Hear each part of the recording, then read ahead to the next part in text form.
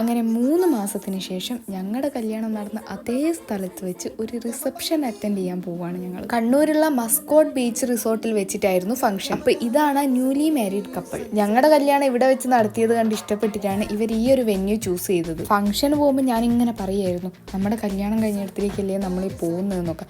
പക്ഷെ അവിടെ എത്തിയിട്ട് എനിക്ക് ആ ഒരു തരം ഒരു ഫീലിങ്സ് ഒന്നും ഇല്ലായിരുന്നു.